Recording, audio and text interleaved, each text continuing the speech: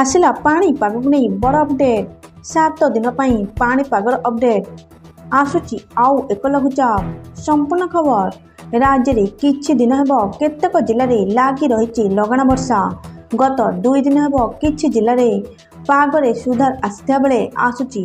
पुणी आउ एक लघुचाप आगामी 2 दिन मध्य लघुचाप झारखंड एवं छत्तीसगढ़ दे धीरे धीरे पश्चिम उत्तर पश्चिम आड़क गति कर संभावना रही। यार प्रभाव में 14 तारिख पुणी वर्षार विस्तृति वृद्धि पाइब बोली आंचलिक पाणीपाग विभाग केन्द्र पक्षर पूर्वानुमान कर आगामी 7 दिन पाणीपाग स्थिति पूर्वानुमान कर